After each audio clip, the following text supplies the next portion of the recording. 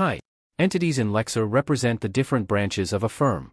Each entity has its own billing transactions, name, fiscal year start date, and base currency.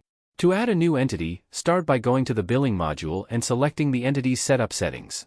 Here, you can set up entities, add new ones, and edit or deactivate existing ones. The first step in adding a new entity is to enter the required information for the basic configuration.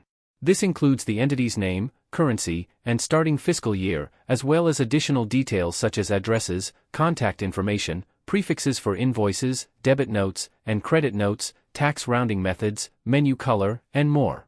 Next, proceed to the additional configuration, where you will specify the default exchange rate for all added currencies relative to your entity's base currency, the default user rate, and whether to activate the partner commission tool.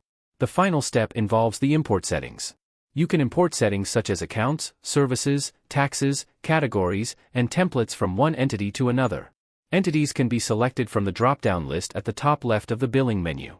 For more information about LEXZUR, kindly reach out to us at help@lexzur.com.